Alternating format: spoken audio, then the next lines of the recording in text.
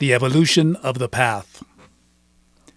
That morning, Carlos asked me to choose my question carefully, because he didn't have much time to talk to me before catching his plane. I said that I had been reading in his books about the cycle of warriors he called old and new seers, but I couldn't catch the difference between them. He replied that I had chosen a good topic for conversation, since understanding that difference was a basic requirement to make sure one avoided the errors of the old seers. He explained that like everything in this universe, the path of sorcerers is evolutionary. For that reason, a Nagual is always forced to refer to the teachings in new ways. As a consequence of that strategy, Nagualism as a total system of practices is divided into breeds, or cycles. Ever since man's adventure in search of the spirit began, and up until today, there have been 3 breeds of sorcerers at least. Those of the first period, the ancient seers, and the new ones. The first sorcerers lived a long time ago and were very different from us. Today we hardly understand their vision of the world, but we know that they survived under very difficult conditions, where any of us would have succumbed. The ancient seers were a refinement of that original kind. They adapted to America's soil and knew how to create here real civilizations. They were formidable men who used intent at a level that is incomprehensible to us. They were intoxicated with power. They could move gigantic stones, fly, or transform themselves at will. They cohabited with inorganic beings and created a culture to fit them, replete with fabulous stories. Legends describe them best. Those sorcerers are the heroes of our mythology. What they sought was to live at any price, and they got it. The ancient seers began to move their assemblage points through the consumption of power plants. After that, their inorganic teachers told them how to do things. They only needed to focus their interest in order to understand what this world is. And that interest made them design the most extraordinary techniques for the exploration of awareness. But don't think that the old seers were just men of action. They were also very profound thinkers who took the art of comprehending to the limits of attention. Compared to them, we are beasts. Nowadays, man is not interested in the reason why he is alive, which is why he finds no peace and can't find himself. We have a lot to learn from those precursors who found the answers which can bring us out of the dead end we are facing. What dead end are you talking about? Our vision of a world of objects. That vision has been very useful, but at the same time the worst among our calamities. Modern man's concerns are the same as those of an animal. Use, possess, annihilate. But this animal has been domesticated and is condemned to live inside a material inventory. Since every one of the objects he uses has a long history, modern man lives his life lost inside his own creation. In contrast, what concerned the ancient seers was the relationship between the cosmos and the being that is going to die. They were able to acquire their own vision. They didn't stop at one of the stations along the way and forget that they were travelers. I asked him why. If their vision was correct, there came a moment when the old seers were substituted by the cycle of new seers. He answered that seeing is no guarantee of impeccability. The old seers could not separate a great dose of self-importance from their practices. Since they enjoyed having power over their fellow men, they were never able to focus clearly on the proposal of total freedom. Although they were unbeatable seers, it was impossible for them to foresee that their enthusiasm to discover the world should end up involving them in commitments that would trap them. Most modern sorcerers are the heirs of the old seers. By ignoring the warrior's principles, they have devaluated the knowledge. They have become storytellers, herbalists, healers, or dancers. They have lost control of the assemblage point. In many cases, they do not even remember that the point exists. The new seers tried to stop all this. They took what they could use from the vision of the ancients, but they were wiser and more moderate. They cultivated an unbending intent and turned all their attention towards the way of the warrior. In that way, they changed the entire intent of the practices. Upon completing their energy, some of them glimpsed a higher goal than the adventure of the second attention and pondered the possibility of being free. Through their seeing, the new seers discovered something horrifying: that the enthusiasm of the old seers served as nutrition to certain conscious entities who were energy parasites. In the beginning, the contract between these beings and humans seemed very beneficial. We gave them part of our energy, and they rewarded us with what was then a novelty: reason. But in time, it became obvious that the contract was a swindle. Reason is good only for making inventories of things, not for understanding them. Also, it has an unpleasant byproduct, which seers see as a membrane covering our luminosity: self-importance. For the new seers, that was intolerable, because they had a goal in mind, which had never occurred to the old seers: the possibility of merging with the universe directly, without using the inorganics as intermediaries. The new seers were pragmatic sorcerers, passionate about validation. In their desire to erase from their practices every last vestige of ego, they became distrustful people. Their method was elimination. They suppressed all that didn't point directly to their objective of total freedom. The result was that they became able to fixate their intent on intent itself, becoming one. Unhappily, that method forced them to sacrifice enormous portions of their knowledge. Their intent was so ferocious that they closed in on themselves. They filled their teachings with secrets. Since social relationships were not important for their objectives, they isolated themselves from society, creating their own minuscule groups.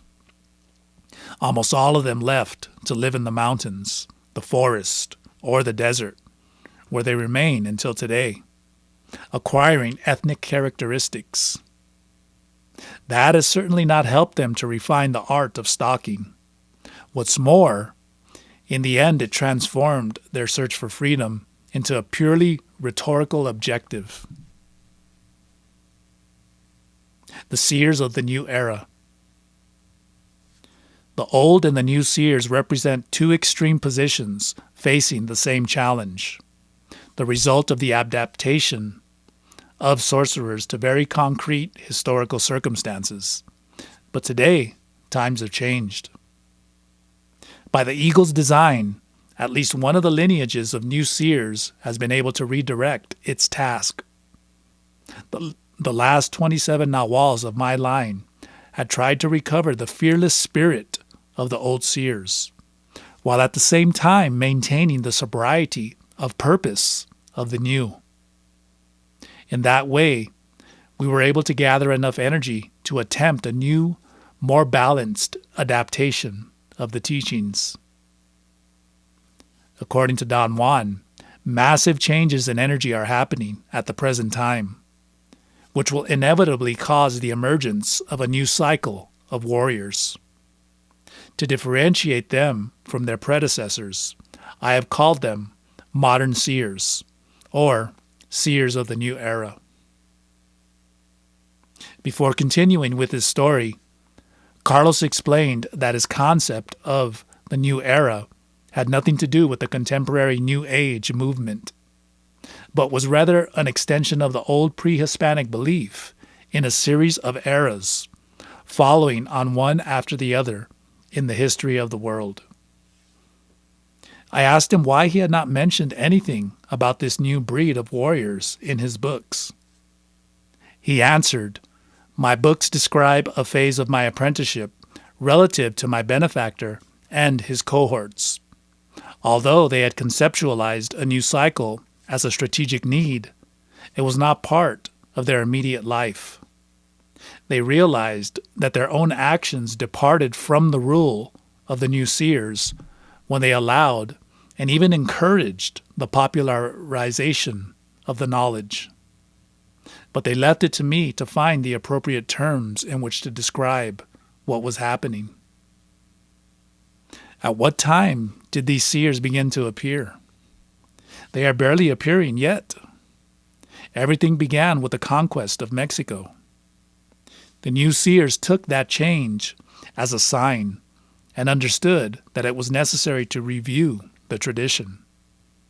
But things would have stayed the same if it hadn't been for the manifestation in our lineage of a being whom we call the Death Defier.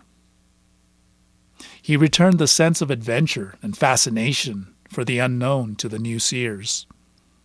Contact with that entity has been decisive for us. Eagerly, I asked him to tell me more about the Death Defier, one of the most extraordinary and incomprehensible characters of his books. He answered, "The Death Defier is an entity of supreme awareness. He was born about 10,000 years ago, but he appeared physically in the lineage at the time of the Nagual Sebastian in the year of 1723. Was the Death Defier a person? He was a man in other times, when the thirst for knowledge was alive and mankind surrendered himself to his love for the earth. He is the typical exponent of that mentality. If you spoke with him, you would notice that we share the same yearning for companionship and an urge for the expansion of awareness. But you would also notice strange things. He lives in another vision. His sense of self is very different from ours because it embraces a very wide range of sensations. He doesn't have gender, age, nationality, or a defined language. He doesn't have friends or relatives. And worse, there is nobody in the world like him. He passes through the world like a ghost and spends most of his time ensconced in some deep niche of dreaming. His contribution to our lineage, as much in techniques as in theoretical knowledge, was monumental. That warrior knew all the arts of the ancients and much more. You can say that it was his appearance on the scene that led to the germination of the cycle of modern seers.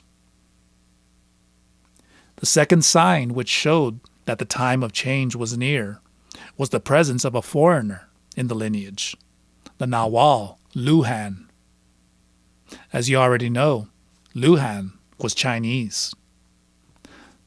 Although he had received a high education in his own country, his adventurous personality made him become a sailor, and he lived an erratic existence all over the planet, until one day his luck put him in the way of power. The young Luhan had disembarked in the port of Veracruz, and he was strolling around in search of amusement when a dangerous incident brought him staggering out from a bar, where he collided headfirst into the Nagual, Santiesteban, who didn't have time to react. This event, unusual in the life of a sorcerer, was taken as a sign. You can imagine the bewilderment of the new seers. The spirit had spoken in an obvious way and ordered that secrets guarded by generations of warriors should be put in the hands of a stranger. In that way, Luhan was accepted as the new Nagual, and his knowledge of martial arts became part and parcel of the heritage of the lineage. But the confirmation of these signs happened 2 centuries later, when another Nagual, whose luminous constitution was not of the conventional kind, came into the hands of a certain strange old man, Don Juan Matus. Neither he nor I knew it then, but the destiny of the knowledge of the new seers had been sealed.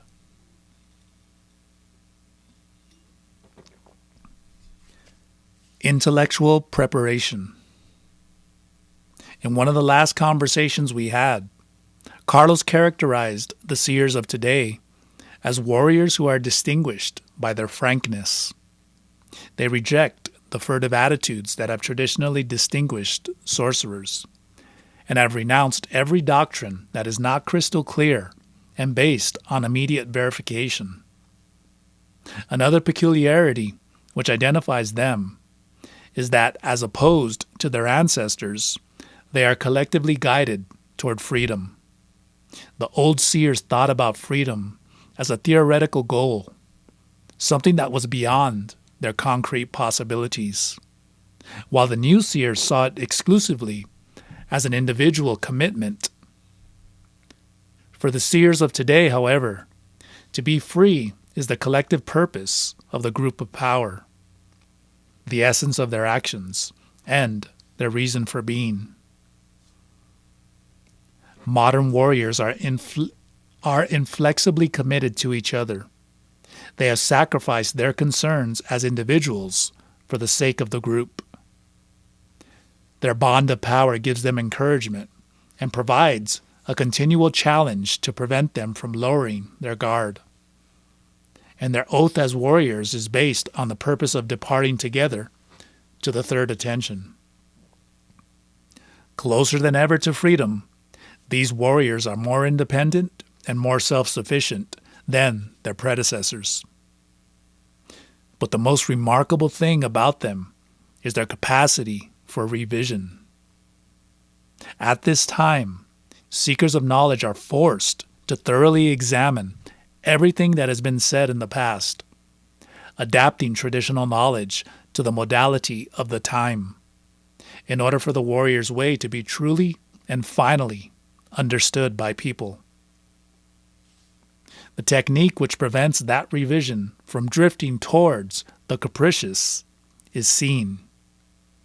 To see the luminous nature of the world permits us to choose, without any possibility of error, the most appropriate symbols to transmit ideas.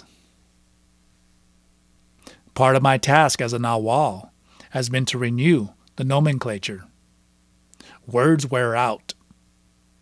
Don Juan himself used terms which, from my point of view, were already archaic, because they were linked to the Mexico of antiquity, not with today's world.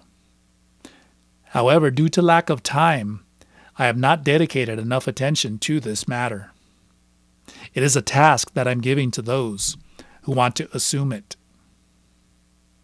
The stage of knowledge inaugurated by my books breaks the course of Nahualism in two. I have come to put emphasis on intent, the pursuit of sanity, the sobriety and sense of a group of power, and to abolish the servitude of secrecy and openly reveal the magical passes. The goal of modern seers is, more than ever, total freedom. But to achieve it, it is important that the strategies are continually refined. A society that no longer openly persecutes sorcerers does not serve us as a training ground. It is our duty then to find new fields where we can exercise and train our potentialities. According to Don Juan, the best of those fields is the intellect, and it also functions as a guarantee that strategies of popularization and adaptation will work correctly. Ignorance could no longer be accepted. The time of the wild sorcerers is already past. The sorcerers of the old guard were stagnated in their traditions, and they lost their ticket to eternity. We don't want the same thing to happen to us now. Therefore, the rule for the seers of the new era is preparation. That is their distinctive stamp. They should not only prepare in terms of the arts of sorcery, but also cultivate their minds in order to know and understand everything. The intellect is the comfort of today's Toltec. Just as in the past, it was the affection for rituals. Don Juan said that each warrior of this new cycle should have at least a university degree to take advantage of the defenses against disinformation which modern science has created. That will heighten the chances of survival for the entire party, and in the future, this will be even more valuable. The task of the Nagual. Could you tell me what task the Nagual Juan Mates gave to you? He looked at me with a surprised expression. Usually, Carlos would hide his answers in between his words, or give them out little by little throughout his conversations. But this time, he changed his tactics. He told me my question was so extraordinary that the only thing he could do was to take it as an omen. But the answer was such a personal thing that he could only tell me about it in an appropriate place. Therefore, he suggested that we meet the next day in the Tacuba Cafe, one of Don Juan's favorite restaurants. After breakfast, he told me in a solemn tone that I should silence my internal dialogue because we were about to visit a sacred place where a famous warrior of antiquity was buried. He added that the day was perfect for it because since dawn, a dark fog had hung over the city. And since everything has become sinister, our omens today will come from the left. At first, his suggestive efforts made me feel privileged, but as we approached the main square, I became more and more apprehensive. We entered through the small door set in the beautiful side door of the Cathedral of Mexico and came into the gigantic main part of the church. Immediately, Carlos walked up to the fount of holy water, wet his fingers, and crossed himself. I was struck by the familiarity of his movements, as if he were used to going to church.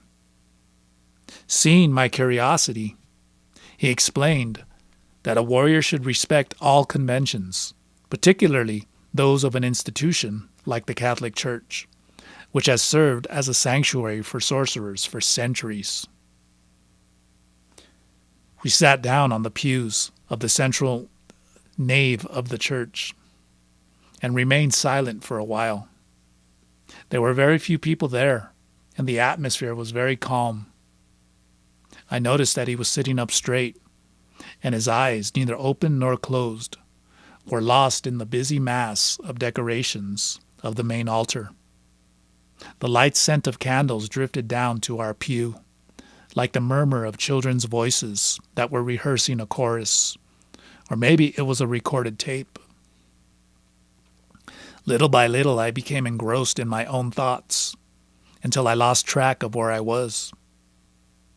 His voice startled me.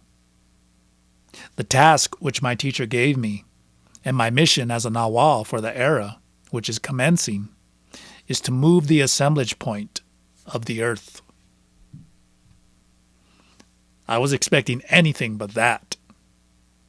For a few seconds, my mind didn't react. I simply didn't have a clue what Carlos was saying.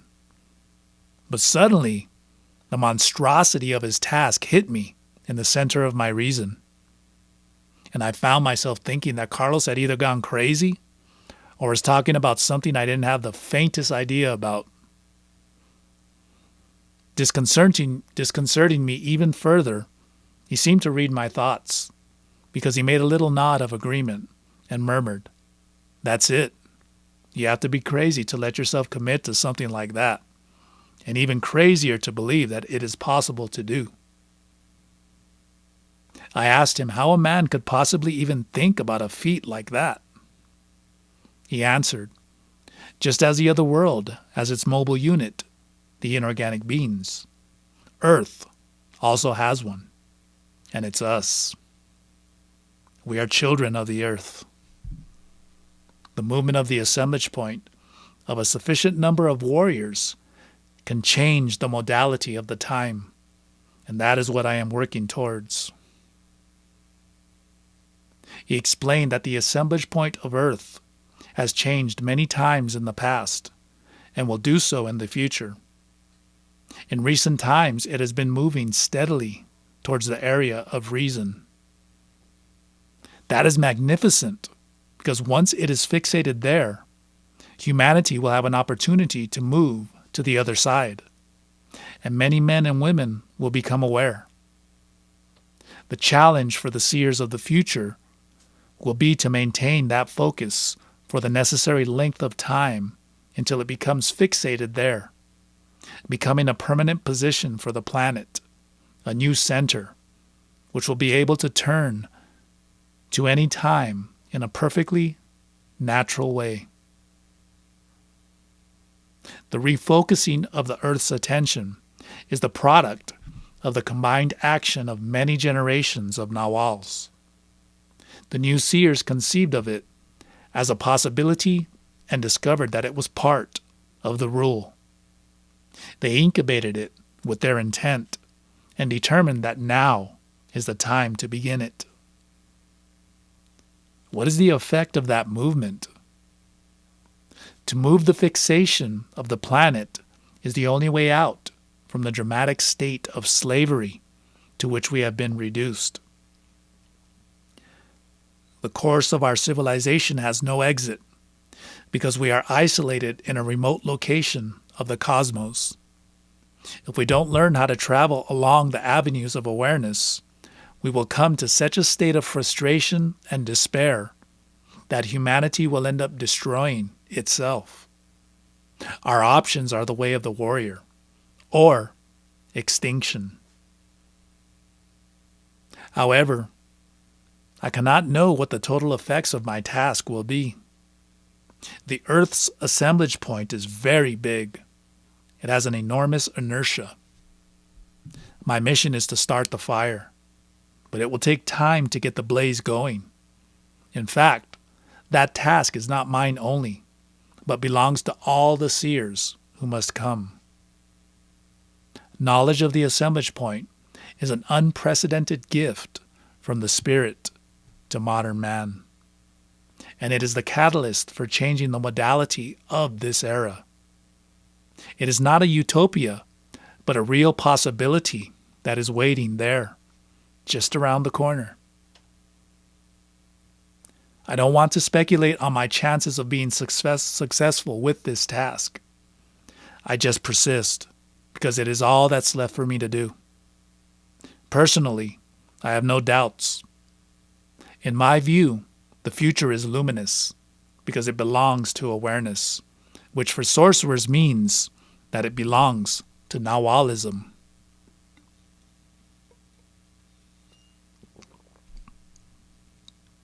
Encounter in the Crypt. After describing his task, Carlos rose from the bench and went closer to the rail around the entrance to the crypt below the church. I followed him. Pointing at the stairway with his chin, he told me, "You should go down there. Inside you will see a circle in the floor, which corresponds to the exact center of the main dome of the church. According to tradition, that is the original place where Cuauhtemoc, the last Aztec emperor, was buried." I asked him how historically accurate that information was. He replied that he didn't know, but that the catacomb was an interesting place regardless. All I want you to do is stand for a while in the center of that circle, with your eyes closed, to tune yourself into the energy of the place. It is a place of power from the sorcerers of antiquity, and it will help you in your task. Briefly holding my hand, he added that he could not accompany me this time because someone was waiting for him somewhere, and he wished me luck. Without giving me time to react, he turned and left. Carlos's attitude, asking me to go down in the crypt and then leaving in a hurry, left me confused. I didn't know what to do. With some misgivings, I leaned out over the narrow stairway and felt a cold, humid breeze. Filled with an irrational apprehension, I went down the stone steps to the entrance door. The crypt was empty. It had a gloomy air, was poorly lit, smelled of mold and the dust of centuries, and was utterly quiet. While I explored the tombs belonging to some privileged families of old Mexico, a chill traveled up and down my back. If it had not been for my desire to fulfill the task Carlos had given me, I would have run out of there. Trying to control my overexcited imagination, I placed myself in the place Carlos had indicated, a circular space defined by the intersection of two passageways.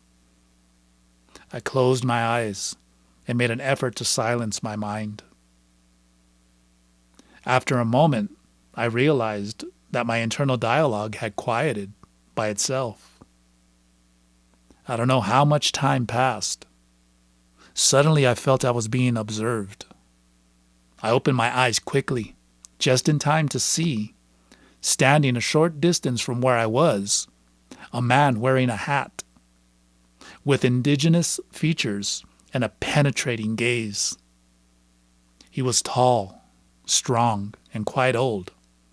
He had a rural appearance, dressed in a loose white shirt and sandals, and carrying a rucksack.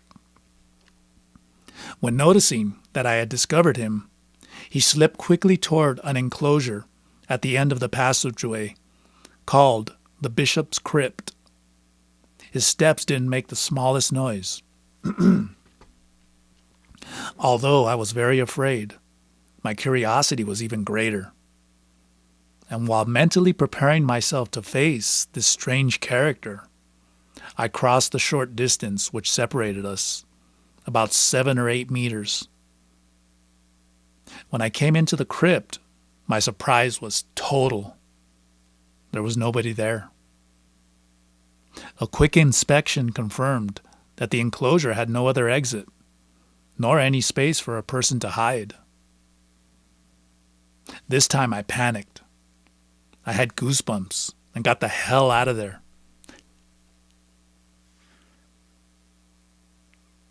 Part 3. The Rule of the Three Pronged Nagual.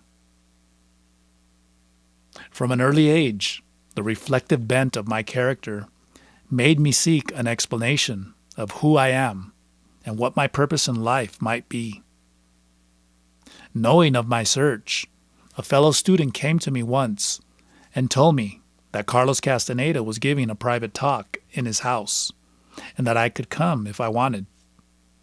I had waited for an opportunity like this for a long time and was enchanted by the invitation. Castaneda was a famous anthropologist, the author of several books on the culture of the Mexican sorcerers of the ancient past. In his books, he describes how, while still a student at the University of California, he did some work among the Yaqui Indians in northern Mexico in order to learn about the medicinal plants they used. On one of these trips, he met an old herbalist, famed as a sorcerer, who called himself Juan Matus.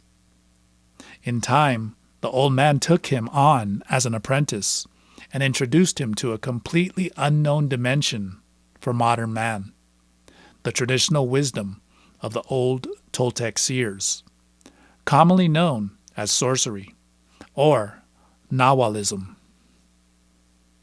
In a dozen books, Carlos describes a teacher-apprentice relationship that lasted for 13 years.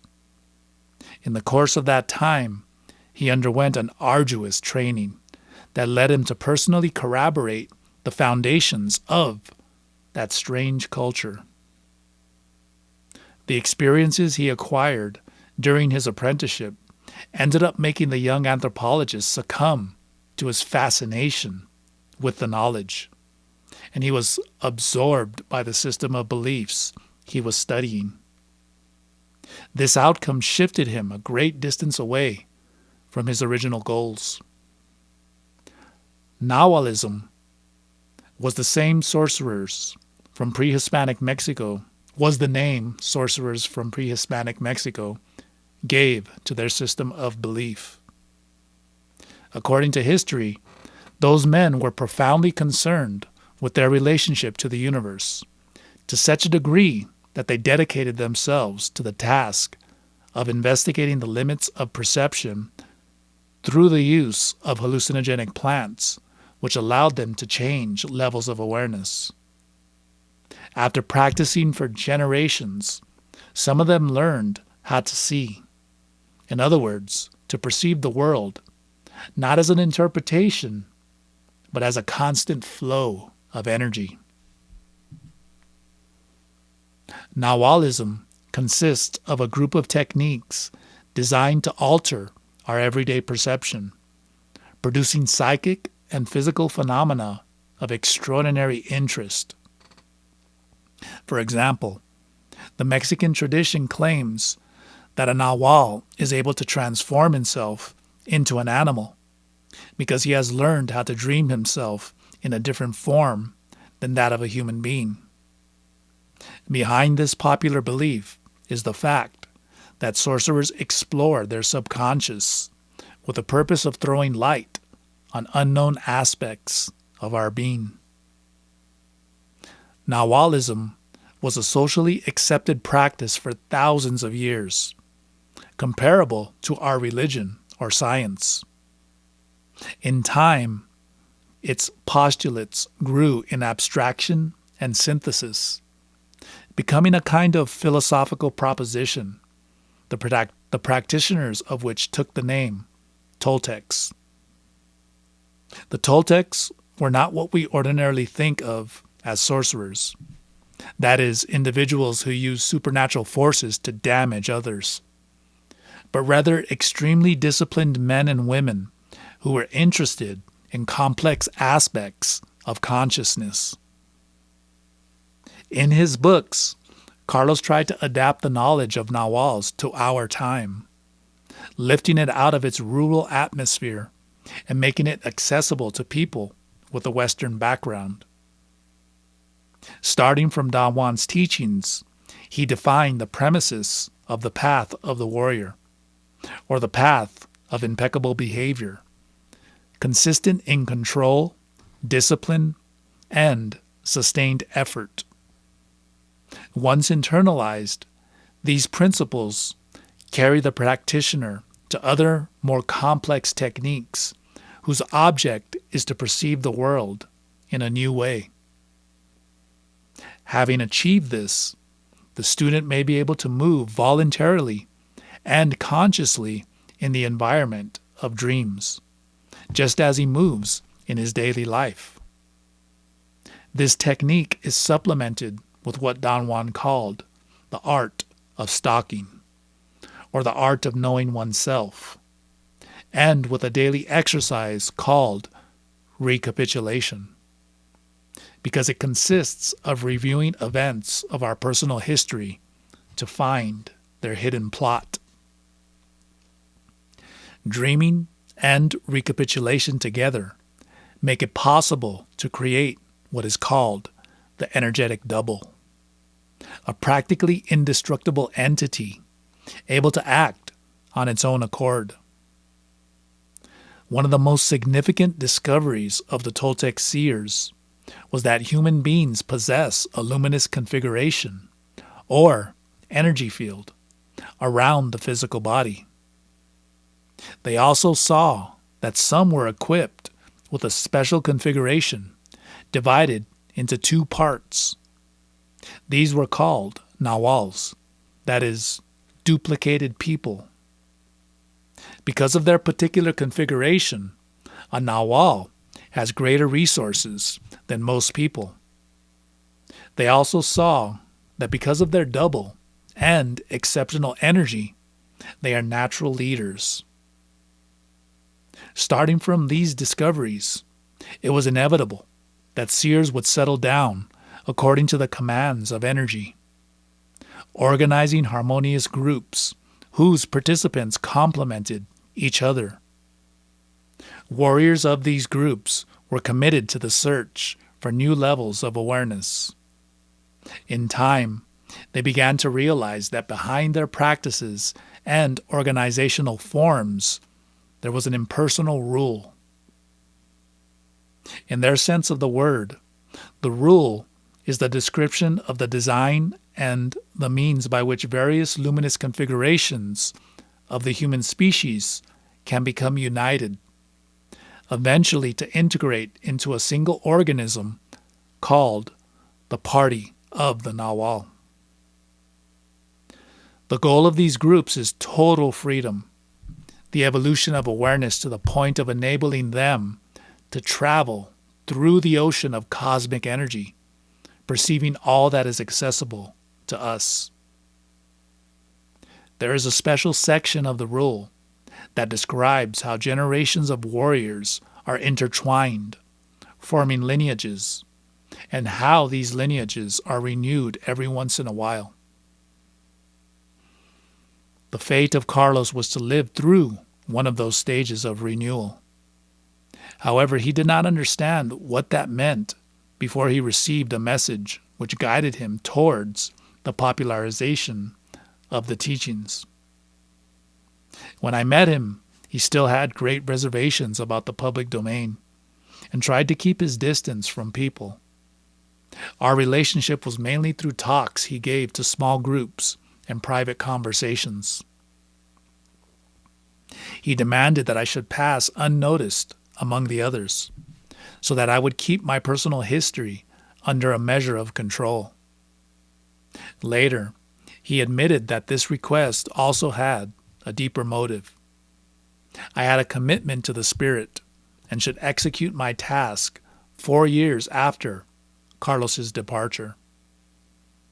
When I asked him why, he told me that he knew that his work would be obstructed by detractors who would try to frustrate the plan designed by Don Juan for a revolution of awareness. My function would be to give testimony of the message that I had received.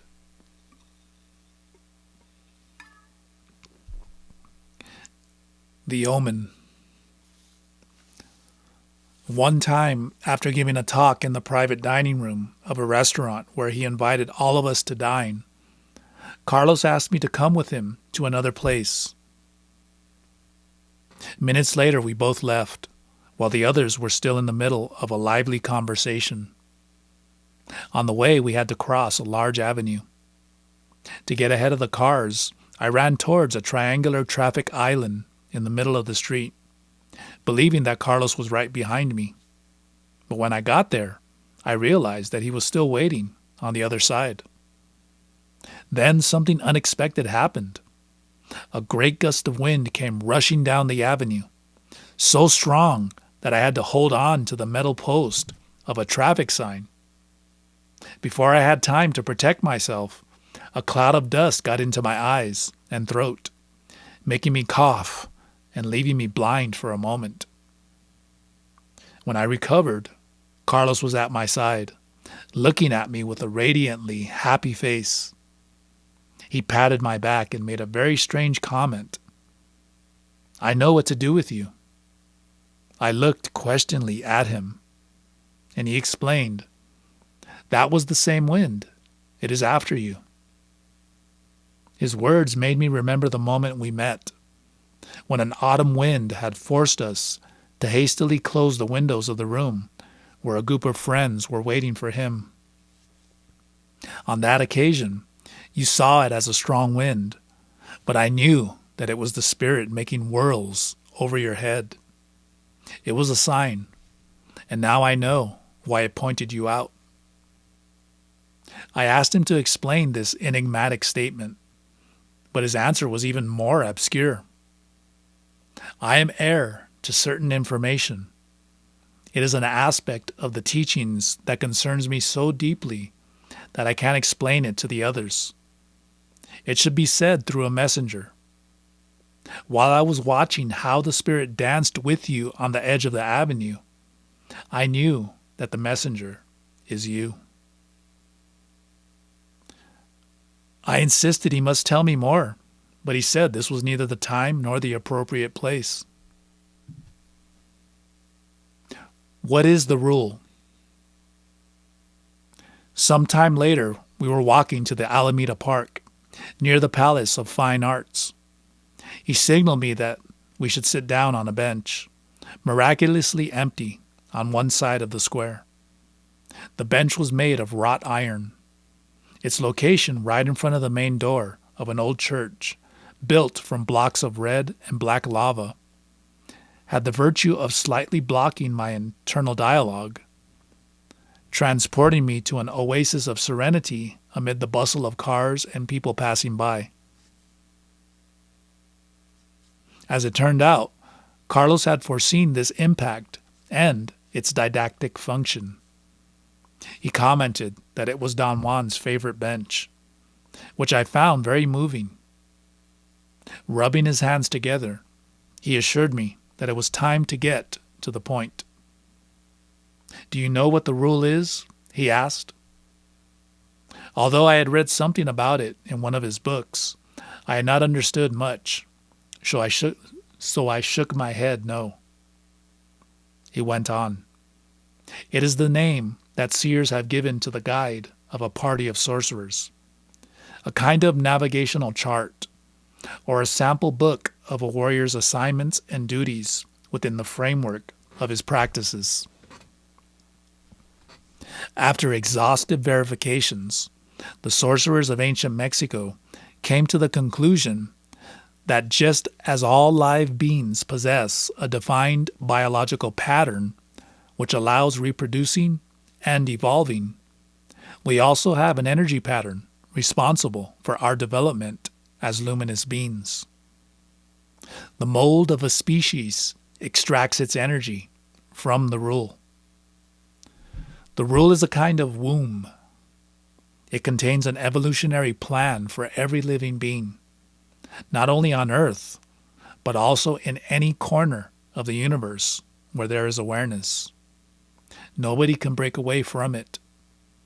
The most we can do is ignore its existence, in which case we won't reach the stage where we can be what we truly are, live mass in the service of a purpose that we don't understand. Said in sorcerer's terms, the rule is the diagram of the eagle's commands, an equation which correlates the effectiveness of actions with the saving of energy. In the practical sphere, such a combination cannot produce anything but a warrior. The rule is complete and covers all facets of the warrior's way. It describes how a Nagual party is created and nurtured, how generations are connected to form a lineage, and it guides them towards freedom. But in order to use it as a key to power, we have to verify it for ourselves. How can you verify it? The rule is self-evident to the sorcerer who sees. For a beginner like you, the best way of attesting its functionality consists of detecting its intrusion in the course of your life. The origin of the rule. I asked him how man had come into contact with this matrix. He replied, "It has always existed. However, seers are its discoverers and guardians. The rule is the origin of the universal order. Its operation and purpose are ignored, not because they are not known, but because they are not understood. Hundreds of generations of sorcerers gave their lives in their zeal to elucidate it and to develop practical proposals for every one of its conceptual units. In the beginning, no man attempted to catch a gleam of this structure, because nobody knew it was there. As the seers of Old Mexico came into contact with other aware entities on this earth, much older and more experienced than the seers themselves, they began acquiring portions of the rule. One day they saw that all those portions fit into each other like a puzzle. That day, they discovered what they called the map, and the lineage of the seers of antiquity began. Through their seeing, they verified each portion related to dreaming. They tested every combination, determining their effects on awareness. They organized exercises of dreaming on 7 levels of increasing depth, and they penetrated the innermost twists and turns of the universe. Little by little, they developed the pattern for the Nagual party, a structure in the shape of an extremely stable pyramid, capable of expressing the designs of power with transparent clarity. But there was one thing the ancients didn't verify: the rule for the stalkers. They viewed stalking as a latent possibility which was not worthwhile to explore in practice. Why? Because in an era when being a sorcerer meant being at the top of the social scale, stalking as an art had no purpose. It would have been a poor investment. But when the modality of the time changed, that line of reasoning brought the old seers almost to the edge of extinction. It was not until the appearance of the Toltecs that the other great portion of the rule revealed its extraordinary content. Lineages who were able to apply it were the only ones who survived. The rest were dissolved and got lost in the vortex which signified the fall of the old seers' regime. The incorporation of stalking determined the birth of the new seers. With them, the rule of the Nagual was completely elucidated. When did that happen?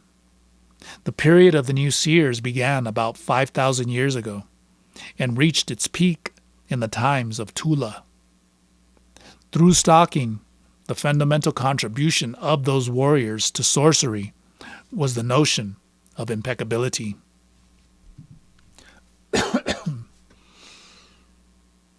An impersonal organism. The objective of the rule of the Nagual is to generate parties. That is, self-aware organisms capable of flying into the immensity out there. Such organisms are made up by the sum of a group of warriors who have harmonized their individual intents. The purpose of that design is to perpetuate a non-human dimension of awareness. Non-human? That's it? A dimension in which personality is no longer the aim. Human beings are unable to enter and remain for any extended length of time inside the realm of cosmic awareness, the state which Don Juan called the third attention. Either we leave it and forget, or we stay and melt in to that unfathomable sea. But the power that governs us has found the way to get around this limitation by creating organisms in which individual entities work as members. At the core of these organisms, a radically new kind of attention is generated, an intent oriented toward exploring the unknown, investigating in teams what we otherwise cannot know. Feelings of individuality are no longer their operative center because they have been replaced by something much more intense, living as part of the whole, an energy state that no ordinary man can even conceive of. There are no routines, no ego, no ignorance, no interpretation. That kind of organism is only one stage on the infinite path of awareness. But for us human beings, that stage is final. I asked him how the awareness of a party operates. He gave me an analogy of the physical body. Although only in a hazy way, each one of our cells is conscious of their unity, and within certain limits, each one can act independently. However, their individual intent is subordinate to a superior purpose, which is to form the whole, which we call me. When we finally arrive at the incredible achievement of realizing the global purpose, we can discern a superior evolutionary line. We perceive the possibility of being integrated with our complementary energetic beings, creating a form of life whose purpose are as far from the concerns of the daily world as the awareness of a single cell is from our totality. New Seers call that life form the party of the Nagual. Who are our complementary energetic beings? Human beings who possess luminous characteristics that complement each other. Energy is recurrent. It generates patterns that we all share. In general terms, it can be said that there are 4 basic luminous patterns with 12 variants, synthesized by the Nagual man and Nagual woman. As a tonal approaches the ideal luminosity for its type, it manifests a superior degree of awareness. When ideal models meet, they combine. The feelings of attraction among human beings can be explained as a result of the fusion of their energy molds. Normally, such a fusion is partial, but sometimes a sudden and inexplicable wave of sympathy occurs. A seer would say that an act of energy reciprocity has taken place. The warriors of a party combine in such a way that their relationship produces optimal results in the sense of gaining and accumulating power. It is difficult to find characteristic luminous bodies who are available for the task of the Nagual. The usual is to find tonals deformed by the life of the world. But when a Nagual is able to integrate his party, the energy of his warriors will fuse. They sacrifice their individuality for a superior goal, and returning to their previous isolation is no longer possible. It would only mean death for them. You may say that a party is not composed of individuals, but is rather a single living organism with capabilities that are not human.